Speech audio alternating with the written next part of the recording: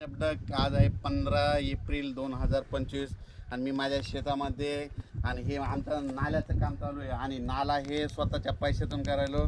कशामुळं की नाला खोलीकरण यानं काय होतं, खोल केल्याच्या नंतर मुरमापर्यंत उकरलं, याच्यात पाणी साचतं, जमिनीची पाण्याची पातळी वाढती.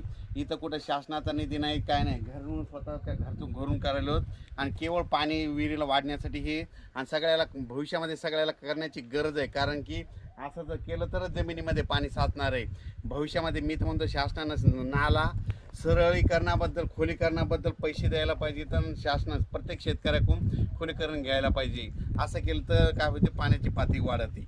आणि या ठिकाणी मी महाराष्ट्रातल्या शेतकऱ्याला अंदाज देणार आहे. आज 15 एप्रिल आहे, तर शेतकऱ्याला सांगतो आणखीन 15, 16, 17 3 दिवस राज्यात ढगाळ वातावरण राहणार आहे. म्हणून हा अंदाज लक्षात घ्यायचा. फक्त कुठंतरी अवकाळी पाऊस पडेल, पण सर्वदूर पडणार नाही. त्याच्यामुळे कांद्यावाल्यानं घाबरायची गरज नाही, विटवाल्यानं घाबरायची गरज नाही. पण 18 तारखेपासून, आता 18 एप्रिलपासून ते 24 एप्रिलपर्यंत राज्यात उन्हाची तीव्रता वाढत जाणार आहे. 44-45 अंशापर्यंत अकोला, नागपूरकडला पारा जाणार आहे. मराठवाड्यात देखील बऱ्याच ठिकाणचा 42पर्यंत जाणार आहे.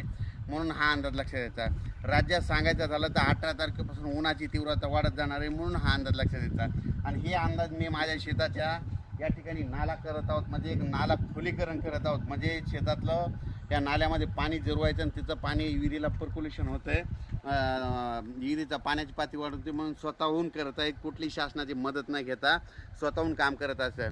खरं तर शासनानं सगळ्या शेतकऱ्याला असं करून द्यायला पाहिजे, पण देत नाही, म्हणून सगळं स्वतः करत आहे. आणि या ठिकाणी मी शेतकऱ्याला अंदाज देखील दिला. धन्यवाद. आणि हे पाहू शकतात, हे ऑपरेटर आहेत, हे संपूर्ण आमचं, हे आमचं स्वतःचं ट्रॅक्टर आहे, ते पण देखील आमचं स्वतःचंच आहे. आणि या ठिकाणी आम्ही काम चालू केलेलं. धन्यवाद. धन्यवाद. हे आहे माझ्या शेतामध्ये